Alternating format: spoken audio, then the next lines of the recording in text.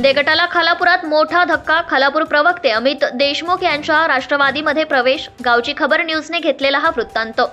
खालापूर तालुक्यातील नारंगी गावातील शिवसेना शिंदे गटाचे प्रवक्ते आणि आमदार महेंद्र थोरवे यांच्या खास मर्जीतील अमित देशमुख यांनी आपल्या सहकाऱ्यांसोबत जिल्हा परिषदेचे माजी उपाध्यक्ष सुधाकर घारे यांच्या प्रमुख उपस्थितीत रविवारी झालेल्या कार्यक्रमात राष्ट्रवादी काँग्रेस पक्षात प्रवेश केला आहे। यावेळी उषा देशमुख आणि कविता शिंगवा यांच्या नेतृत्वाखाली नेरळ, आंबेवाडी, बापू कृपाचाळ, लकी होम, समाधान चाळ, आम आदमी पक्षाचे खोपोली शहर अध्यक्ष शिवा शिवचरण यांच्या नेतृत्वाखाली कार्यकर्त्यांचा पक्ष प्रवेश झाला। अमित देशमुख यावेळी म्हणाले की शिवसेनेचा प्रवक्ता असतानाही माझ्यावर अन्याय झाला। आदिवासी बांधव माझी ताकद आहे, त्यांचा अपमान आमदार महेंद्र थोरवे यांनी करून नारंगीच्या गद्दाराला जवळ करून मला लांब केले।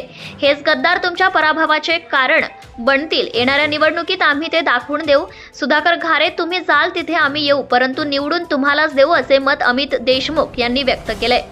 यावेळी व्यासपीठावर प्रदेश सचिव भरत भगत, कर्जत तालुका अध्यक्ष भगवान चचे, खालापूर तालुका अध्यक्ष संतोष बैलमारे, कर्जत शहर अध्यक्ष भगवान भोईर, जिल्हा नेते शिवाजी खारीक, उद्योजक अशोक सावंत, HR पाटील, महिला अध्यक्षा रंजना धुळे, सुरेखा खेडकर, खोपोली महिला शहराध्यक्ष वैशाली जाधव, स्वप्नील पालकर, उमेश गायकवाड, भूषण पाटील यांच्यासह मतदारसंघातील अनेक पदाधिकारी, महिला मोठ्या संख्येने उपस्थित होते। गेली कित्येक वर्ष 15 वर्ष मी शिवसेना या पक्षामध्ये होतो।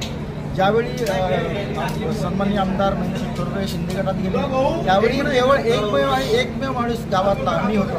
आणि ज्यावेळी आमदार गुवाहाटीला गेले होते तेव्हा मी फोन करून त्याला सांगितलं की माझ्याबरोबर मी एकटाच आहे, शिंदे गटामध्ये तुमच्या बरोबर आहे, माझ्याबरोबर माणसं नाही आहेत, पण मला वेळ द्या, मी नक्की संघटना मजबूत करील आणि त्याचा संघटनेचा प्रसार आणि प्रचार करेल। आणि त्यानंतर जो मी धडाडीने कामाला लागलो त्याला मजबूत संघटना केली। केवळ आता तुम्ही बघताय खालापूर तालुक्यातली प्रचंड गर्दी, याच्यापेक्षा 5 पट गर्दी अजून होती, पण मी केवळ पावसामुळे त्यांना थांबवलं, कारण आपल्यामुळे दुसऱ्यांना अडचण होता कामा नये।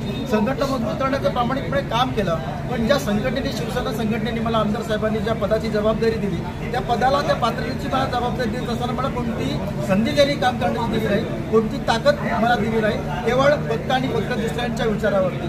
ज्या गावातल्या माझ्या माणसांनी 2023च्या ग्रामपंचायतीमध्ये निवडणुकीची जाहीर झाल्या तेव्हा केवळ स्वार्थासाठी त्यांनी पक्षामध्ये प्रवेश केला, केवळ आपली पोळी भरण्यासाठी आणि आपल्या कंपनीची पोळी भरण्यासाठी प्रवेश केला। आणि त्याच माणसांनी माझ्याबद्दल काही चुकीच्या अफवा पसरवल्या, चुकीचे विचार त्यांनी मांडले आणि आमदार साहेबांनी त्या विचारावरती, त्यांच्या माणसांवरती, त्या लोकांवरती विश्वास ठेवला आणि ऐन पंचायतीमध्ये माझ्यासारख्या माणसाला, साध्या बोळ्या दिसणाऱ्या माणसाला, प्रामाणिक माणसाला, निस्वार्थी माणसाला त्यांनी मात्र भूलथापा देऊन, आश्वासन देऊन मात्र त्याला बळीच पाडलं। आणि सर्वात महत्त्वाचं कारण, मी एक वेळ माझ्यावरती झालेला अपमान, अन्याय मी सहन करतो, पण माझे जे बांधव आहेत, आदिवासी बांधव, भीमशक्ती, शिवशक्ती आणि जे आदिवासी बांधव आहेत, जी समाज बिरसा मुंडाला मानतो, जो समाज नाग्या बहादूर मानतो, त्या समाजाचा त्यांनी अपमान केला, त्यांच्यावरती अन्याय केला आणि ती गोष्ट माझ्या मनाला खटकली, दुःख मला झालं, त्या वेदना मला झाल्या। आणि त्या माणसांना ज्यांनी अपमान केला त्या माणसांना घेऊन मला वाटलं की आता आपल्या इथे आपल्याला जर किंमत आहे, आपल्या माणसांनी किंमत नाही तर आपण इथे थांबणं चुकीचं आहे, कारण ती माणसं माझी किंमत आहे, ती माणसंच माझी किंमत आहे आणि मी त्यांची किंमत आहे। त्याच्यामुळे त्या माणसाला सोडून मी कुठेही जाऊ शकत नाही, त्या माणसांना मला सोडणं कधीही जमणार नाही। त्या माणसामुळं आज मी जो काही असेल त्या माणसांमुळे। येत्या विधानसभेमध्ये त्यांनी जी चूक केली, सन्मान्य आमदार साहेबांनी, संतोष भोईर यांनी, ती चूक त्यांना विधानसभेमध्ये भोगावी लागेल। कारण याचं कारण तुम्ही माझ्यासारख्या सर्वसामान्य माणसांबरोबर, माझ्या साध्या सोळ्या भोळ्या बाबड्या माणसांवरती अपमान केला, त्यांचा अन्याय, त्यांच्यावर अन्याय केला। माझ्या सगळ्या आमदार बरोबर ज्या माणसं आहेत ती माझ्या माता भगिनीसारखी मी त्यांना मानतो। तुम्ही फक्त आश्वासनांच्या भूलथापा दिल्यात, तुम्ही पाणी पुरवठा, आम्हाला पाणी तुम्ही देणार होतात, तुम्ही आमचं पुनर्वसन करणार होतात, त्याची कुठलीही गोष्ट तुम्ही अजूनपर्यंत केली नाही। तुम्ही आमदार झाला तर 5 वर्ष आमच्या गावाला एक सुद्धा भेट दिली नाही, तेव्हा ती गोष्ट मनामध्ये खटकत होती।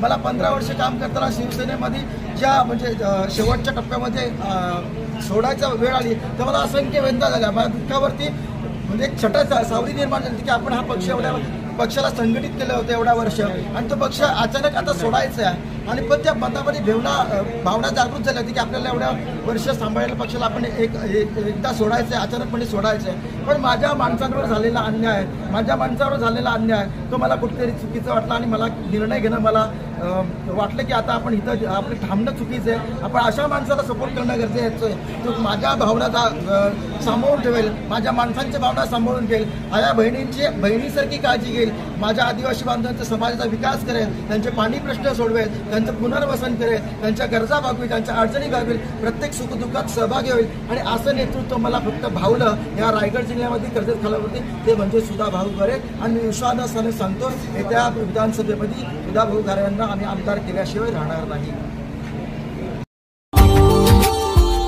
Subscribe now and press the bell icon. Never miss an update.